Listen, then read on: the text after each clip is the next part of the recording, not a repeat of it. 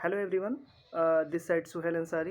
And इस बार मैंने प्लांट साइंस जेआरएफ 2022 की तैयारी की थी और इस बार मैं आईआरआई दिल्ली में पीजीआर में एडमिटेड हूँ। और मैं इस बार आपके साथ प्लांट साइंस जेआरएफ की कुछ स्ट्रैटेजी, कुछ टैक्टिक्स आपके साथ शेयर करना चाहता हूँ, क्योंकि अभी जो इस बार आईसीआर ने बहुत लिमिटेड टाइम रखा है और मोस्ट प्रोबेबल अप्रैल मंथ में ही एग्ज़ाम कंडक्टेड होने के बहुत ज़्यादा चांसेज हैं। तो मैं आप लोग से यही बोलना चाहूँगा कि आप लोग बहुत अभी स्ट्रैटेजी एक बनाएं। स्ट्रैटेजी बहुत ज़रूरी है इस एग्ज़ाम को क्रैक करने के लिए। स्ट्रैटेजी के तहत ही आप एग्ज़ाम की तैयारी करें और बहुत लिमिटेड टाइम है तो आप बहुत अच्छे से तैयारी करें।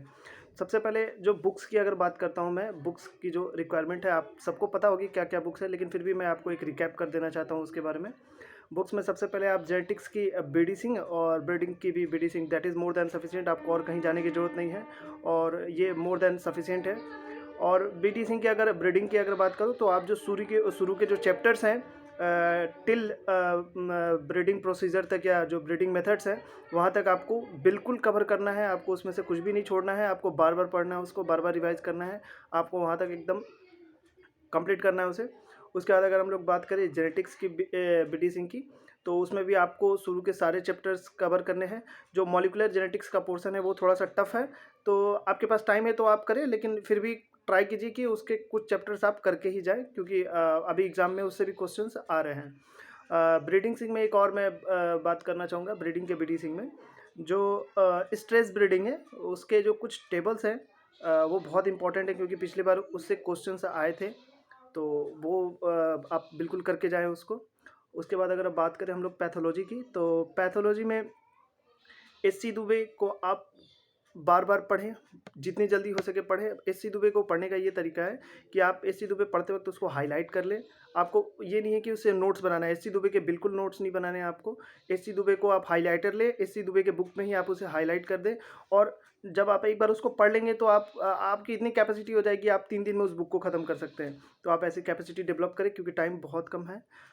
उसके बाद सीड साइंस की अगर हम लोग बात करें तो seed science at a glance आप यूज़ कर सकते हैं। और सबसे पहले मैं सीड साइंस में ये बताना चाहूँगा कि सीड साइंस में बहुत ही अब डेटा बेस्ड क्वेश्चन है।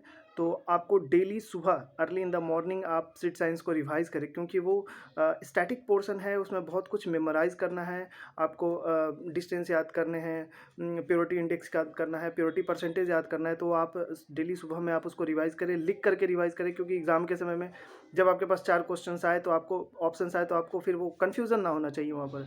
तो सीड साइंस के लिए आप बिल्कुल उसे अच्छे से याद करें, एक एक डेटा को याद करें, क्योंकि अब डेटा बेस्ड क्वेश्चन पिछले बार सीड साइंस से आए थे, तो आप बिल्कुल उसको याद करें।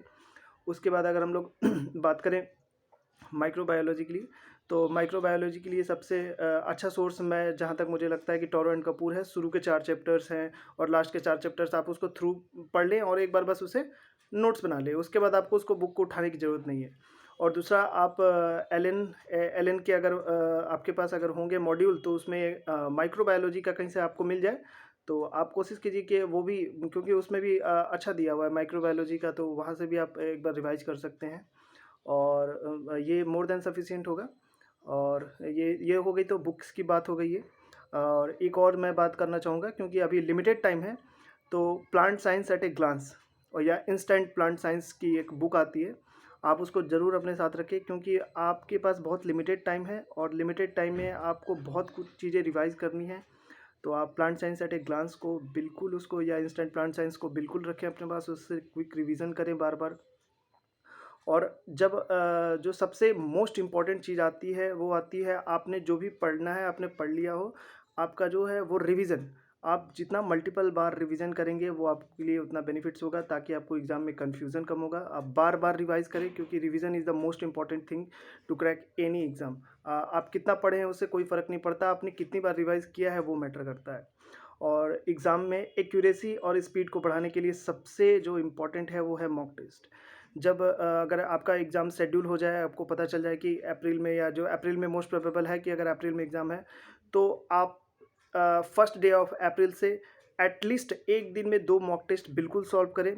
जो मैंने किया था, मुझे बहुत बेनिफिट हुआ मॉक टेस्ट से।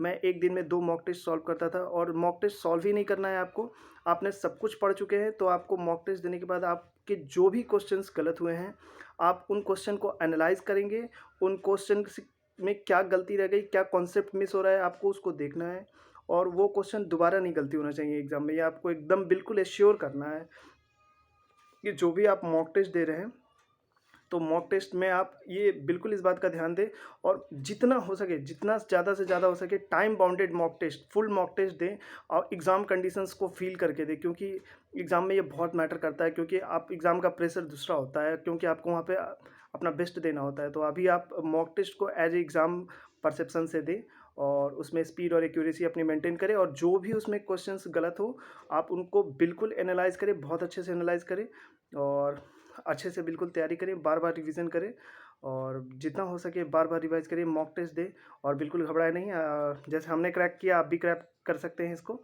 और अच्छे से तैयारी करें और अच्छे से अच्छे कॉलेज में। Best of luck to all the future aspirants. Thank you very much.